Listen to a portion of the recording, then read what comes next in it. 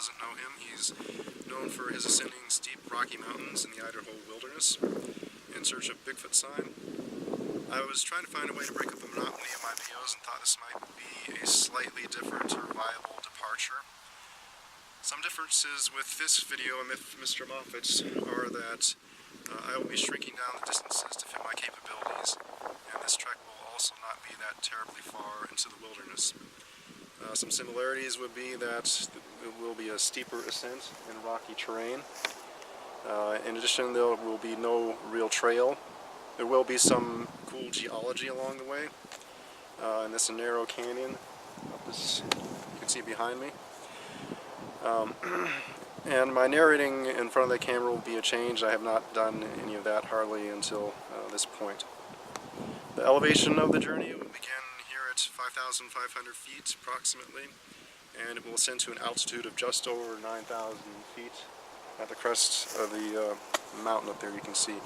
At that point I'll be overlooking an area which is more Sasquatch terrain than this side of the mountain really. The last time I tried going up a canyon from the valley floor into the mountains, I ran into a bear and I had to cut it short. The terrain this time is much drier, so I'm not expecting any bears, but who knows what I might encounter. I do have precautions taken just in case, but I'm not expecting any large animals, hopefully. The scenery in this video won't be quite up to par with that of Idaho. It's going to be drier for most of it, but there will be some nice rocks, kind of some ancient metamorphic rocks, which is unusual really for a lot of Utah since a lot of it is sedimentary terrain. I will plan on filming more scenic hikes in the future, things that are, you know, more like Idaho. Although some of them might be posted on my other channel, I do hikes which are non-Sasquatch hikes. I also enjoy landscape photography, so we'll often hike for that purpose. Even though I will sometimes kind of look around off the trail to see if I see any tree lanes and things of that nature. So anyway, we'll see how I do. This is going to be, it's under 2 miles and it goes up to 9,000 feet, so it's about, 2 miles is around 10,000 feet of distance, and it's about 4,000 feet a gain. So it will be a challenge, and I hope I have enough time, and we'll see how it goes. Hope you enjoy some of this. Just a hand sample of some mica schist and obvious metamorphic rock. Also some pink feldspar. And there are some minor prospects further up here. If they did find anything, it must not have been much, because it looks like they mainly tested the ground and moved on. Hearing a little noise up there. It's been maybe 10 years since I've been here. Doesn't seem that long though. There's another just foliated rock there. Metamorphic in nature. Here's a large boulder with plenty of lines in it.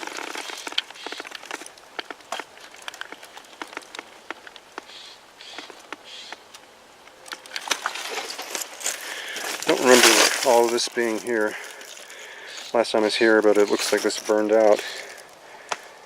There was a fire a while ago, but it looks greener than I remember it because it's been several years.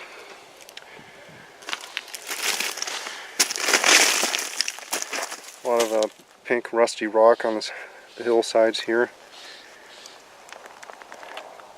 I actually tried to do some prospecting at the foot of the base of this wash or canyon, and mainly I just found black sand, no gold. Wasn't really expecting much, but I thought I should try since it's so close to home. Usually I have to travel quite a ways to find a good gold bearing area, since I do some gold prospecting. Okay, that's all for now.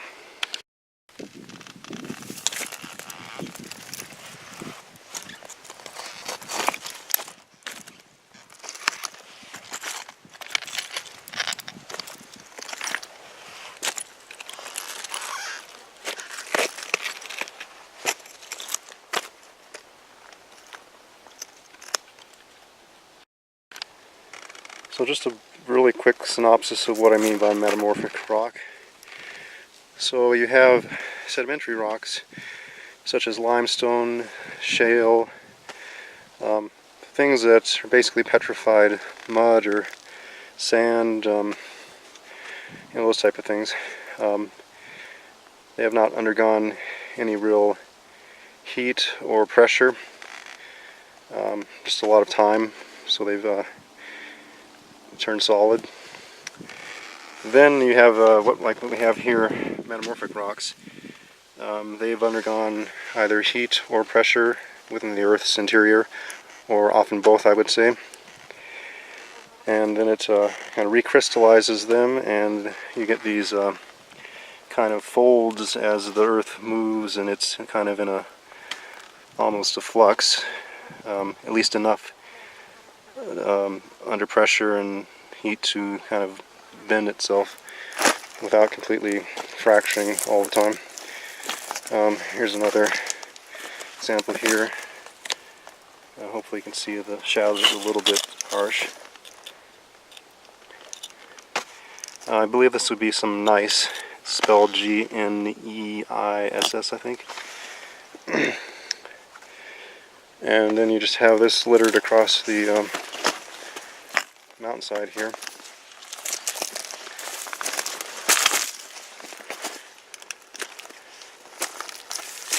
The metamorphic processes that created these rocks was very old. It's supposed to be dated to, I believe it's Precambrian, which means roughly 500 million years or half a billion years and older. So they've been sitting here decomposing for a long time. So because of that, there's lots of cracks. Most of this, I would assume, isn't very good for, things such as graves or any type of stonework. Which is kind of unusual to me because most of the rock out in Utah seems brand new to me almost. It's really, compared to, I grew up back east and in Florida where they hardly had any rocks. But we would vacation in North Carolina, and all the rocks there from the Appalachians were extremely old, even as old as this or older. And because of the wetter climate, most of the rocks had degenerated into, a lot of it into clay. Some of the rocks that were still solid, you could crumble them with your hands and reduce into what they call saprolite back there. It's almost a clay, but the rock might still be in situ in place. And you could find crystals and things like that that were solid enough to withstand the test of time. But anyway, when you come out here, everything to me looks brand new. In Australia, everything's even older yet. Everything's worn down to nothing almost. Piece of quartz. But for Utah, this is pretty old and degraded rock. And here we have some bones. This one looks actually wet, probably because it rained a few days ago maybe. This one looks really bleached and not wet at all. I wonder if they're the same age or not. I guess one was protected more by the rocks than the other. And then there's a few more bones scattered up here.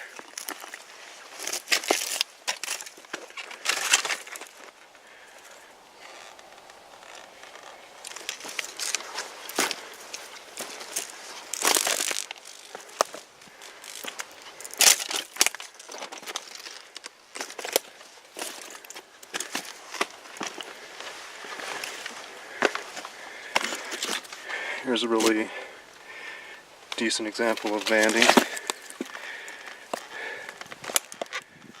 Okay.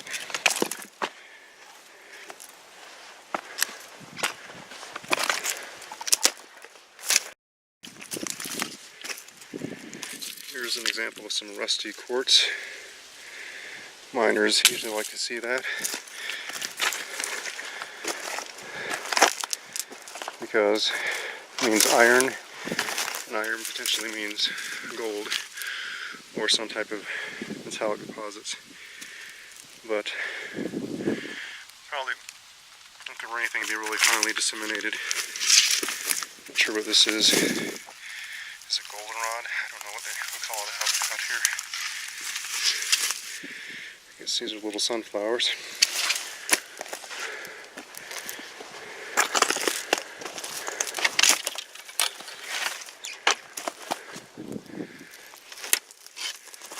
Yeah, most of the gold in Utah is very small. A few exceptions. The Bingham mine used to have some parts of it were such as country rock would produce nuggets. But that's been covered over years ago by the open copper pit they have there. I think the largest nugget from there was around 4 ounces, which isn't that big compared to the largest nuggets from most western states. Just neighboring right over the border in Nevada, for instance, a ghost town called Osceola.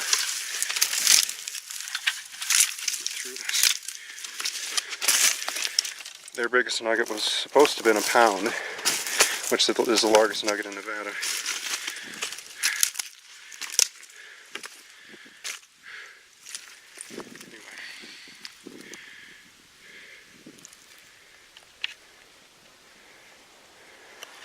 Okay, keep on heading up.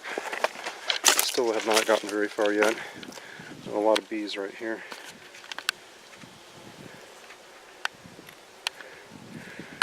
They are interested in the water that's right there. Not a lot up this way. There's a little water patch in the shade here. I think I can get through here without getting stung.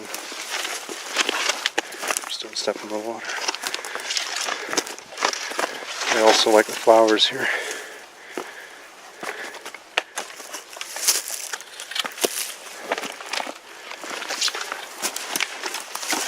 Oh, bees everywhere. Okay, that's all for now.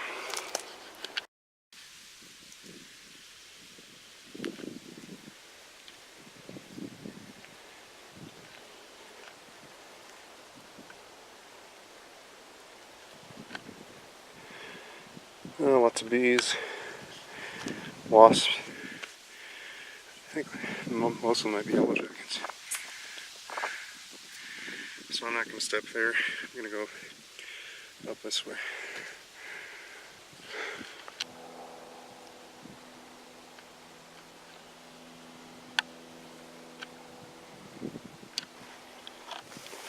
There was a really interesting black and pink banded stone, almost pretty much a boulder. I think it was nearer the foot of this canyon, but I don't see it anymore.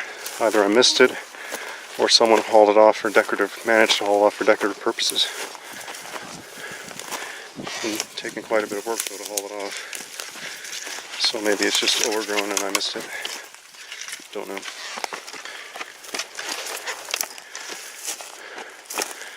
But I'll see if there's some other more unusual rocks I can show you. I remember up here there are some we're about to come upon. I think there's a kind of some sign of minor activity. But I'll turn this back on in a moment.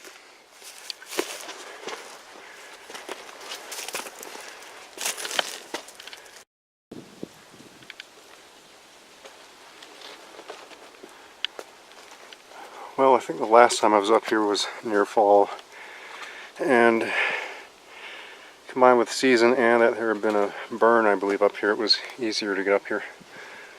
But I think the foliage will clear out here pretty soon, so I'm just going to go ahead and go on right through here and try my best. But I will cut the camera in the meantime. Well, I almost couldn't get through any of this. Kind of on a cliff and no place to walk. None of these green tree saplings were here last time. I think these are Russian olive trees, an invasive species that wants to take over everything. Yeah, but none of this was here. It was completely barren and rocky. So anyway, it was a challenge, but it looks like it's clearing out up here. So I'll just keep going on my way here.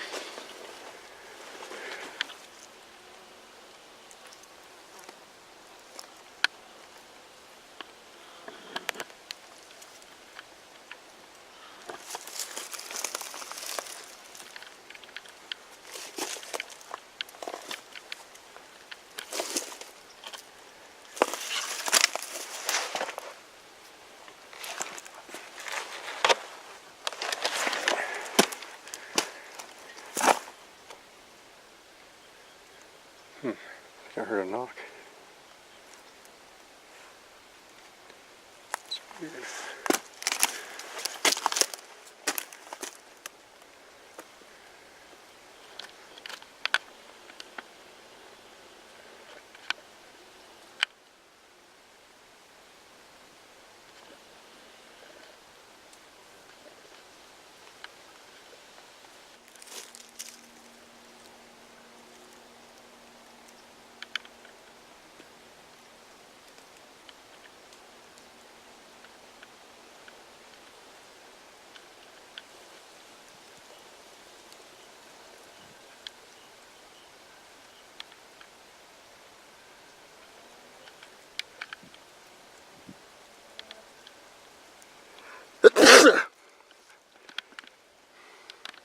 There's more metamorphic rocks that direction, but I'm leaving it right now. As we get further up here, it's just going to be more sedimentary rock eventually. So, unfortunately, I remember it being more spectacular. I think a lot of it was covered up, and I wonder if some of it was carted away.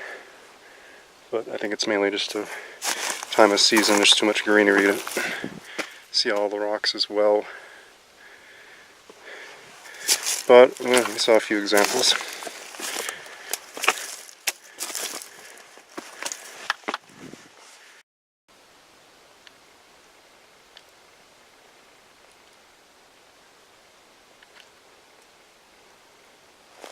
For anybody who's wondering, so this is near Santa Quinn. If anybody who's actually familiar with the geology of this area, there is a metamorphic spot right by right by Santa Quinn, and that's where I'm at. As I keep going up here, I believe that was burnt, forest fire, so that's why those are dead. Yeah, this whole area was burnt. But as I was saying, as I keep going up here, this will be dry mountain. If I were to head that direction, you get to the peak of Dry Mountain, which is about 9,800 plus feet. And it overlooks Payson Canyon. So when we get to the top of this, if I have enough time to get to the top of this, I'll have a supreme view of Payson Canyon. I may be able to even see Maple Lakes,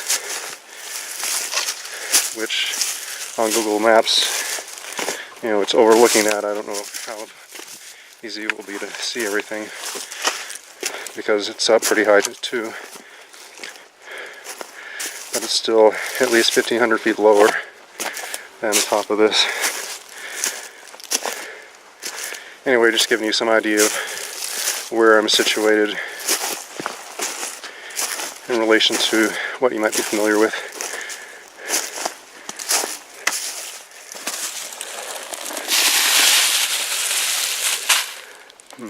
That's what is that?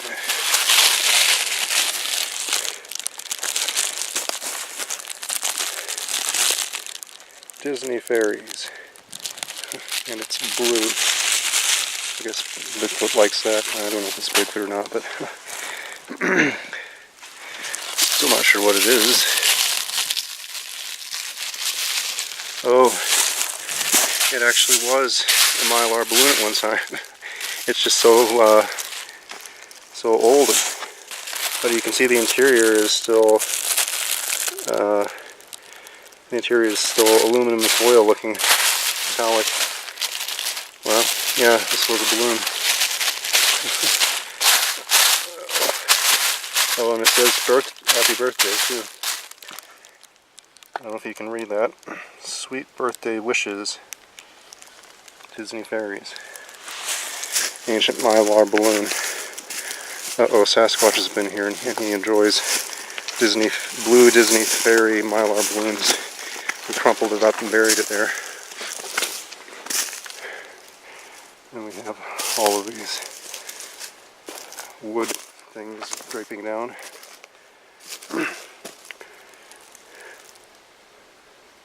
Well, normally I wouldn't even have noticed that, but since I'm familiar with the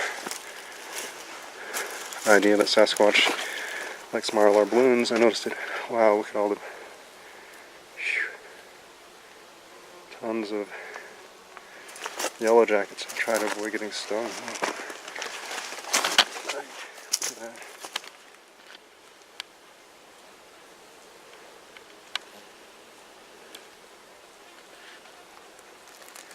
Luckily I'm not stung so far. And I would like to see if I can find a way around this, but there's not really a way I see. I have to go straight through. So wish me luck. I'm just going to kind of edge along here, the edge. Let's see if I can get around this somewhere. Man, it'd be bad if it just started biting me.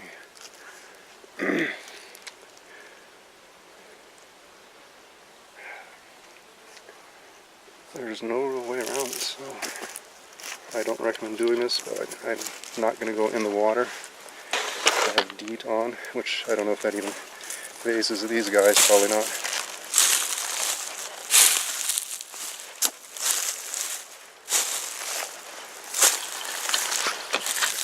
Okay, made it by the main congregation of them. Not out of the woods yet though.